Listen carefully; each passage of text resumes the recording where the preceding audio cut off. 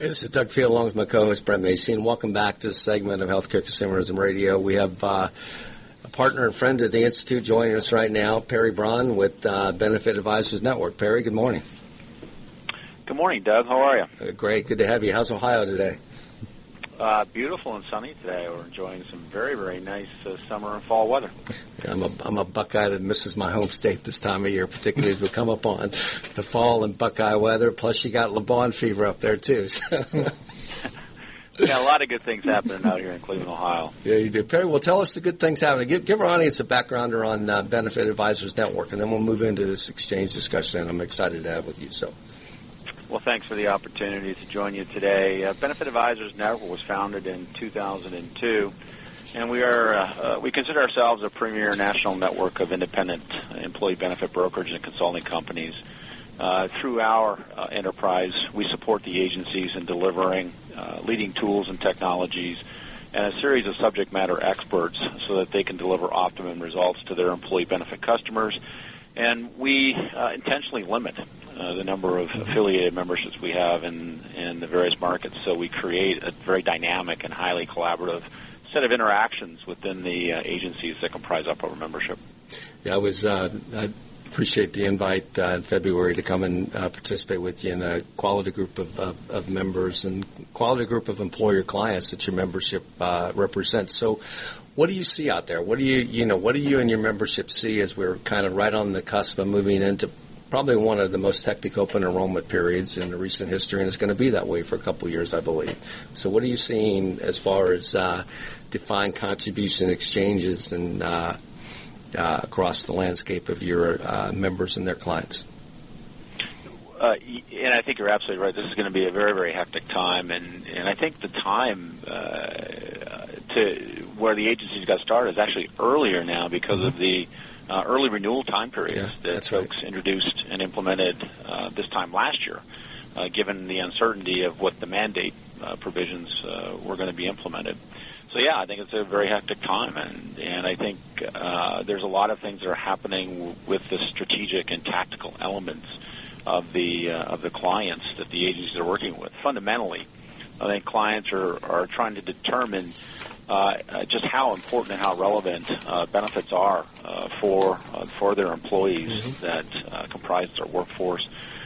Two, I think exchanges were entered into the marketplace with the hopes that employers would be looking for ways to provide more choice and more options and opportunities for clients to choose and select programs. But I think clients were standing in place waiting to see what was going to happen. And I think today they are still standing in place, and I don't think we've seen the adoption in the exchange marketplace that was forecasted this time last year. And in the interim, there's been a lot more entrants, as you know, Doug, that have come into that marketplace. And it has created a very, very competitive environment with tremendous features and benefits around decision support, customer support, data reporting, integration with other parts of an employer's business to create a much more paperless, efficient administrative environment, and all of which have created through competition a much better transactional environment as well. And the result, I think, is that there's been a compression in some of the pricing strategies from the various exchange players to a point where employers who stood on the sidelines last year and sort of watched the strategy develop and are now thinking of entering into it now are probably coming in with an opportunity at a lower administrative price point than had they entered into it this time last year. Do you see, this coming out of this fall's open enrollment period, do you see one of the things that we kind of read the tea leaves on, we're going to see more employers move into the exchanges than obviously did last fall, but to your point, I don't think we're going to see the mass movement that I believe is ahead. But I think as we get more testimonials coming from employers and their advisors on good things happening in exchanges. I mean, we know there's going to be problems out there that need to be ironed out, but good things happening across different industry segments that may surprise somebody. Do you look ahead and see 2016 being the first potential explosion year for exchanges and defined contribution plans? Yeah, and I think defined contribution plans have been in and around the discussion around boardrooms and executive teams for a lot of years. In fact, what employees are contributing today through payroll in support of their plans today are almost resembling a defined contribution approach. I think the interesting part of your question is the product companies still have some leverage in how quickly the exchanges are and can be adopted. So you know as well as I do that the product companies, if they agree to place their products on all these exchanges that are out there, giving employees more choice to more products, I think we will probably see faster adoption, all with the assumption that the underlying economics and underwriting principles hold true to what the exchanges are offering to employers that are considering it. Perry, when you look at the public exchanges and the private exchanges, where do you see the evolution over the next 12 months on both sides of those, public and private? And then as you kind of look at these exchanges as well, again, whether it's public or private, do you see some that are a better model for certain industries out there, whether it's the hospitality industry, whether it's manufacturing industry? That's a great question. I think first of all, as far as public and private exchanges go, I think the public exchanges are beginning to sort of nest themselves towards the individual and small group market, and the private exchanges appear to be focusing more so on the mid to upper market. And I think it makes sense from a strategic standpoint. So I think that's going to continue in the near term. I think for the second part of your question, whether there are particular industries that some of these are gravitating to, I think that human resource and chief financial officers within particular industries share what they're doing and what their strategies are within various association and roundtable forums that they participate in. I know, Doug, you've spoken at a number of these sort of industry-type forums.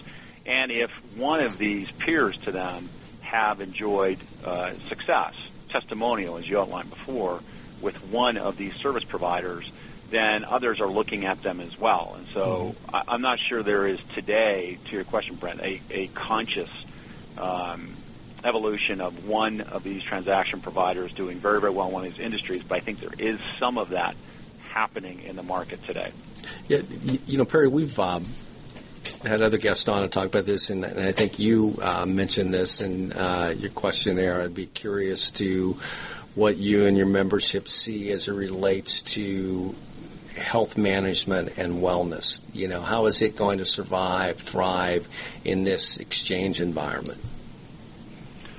Again, another great question. I think the wellness companies have been elbowed out of the discussion around cost management, in large part because the medical delivery system, the insurance-based products that have networks and things attached to them, included many of the preventative and wellness aspects of it. But in today's market, if the benefit plans that are, platinum and gold and bronze and silver and copper even, remain in place and more adoption of those benefit plans occur, then I think we're going to see a nationalization of benefit programs. And now the question sort of pivots, in my opinion.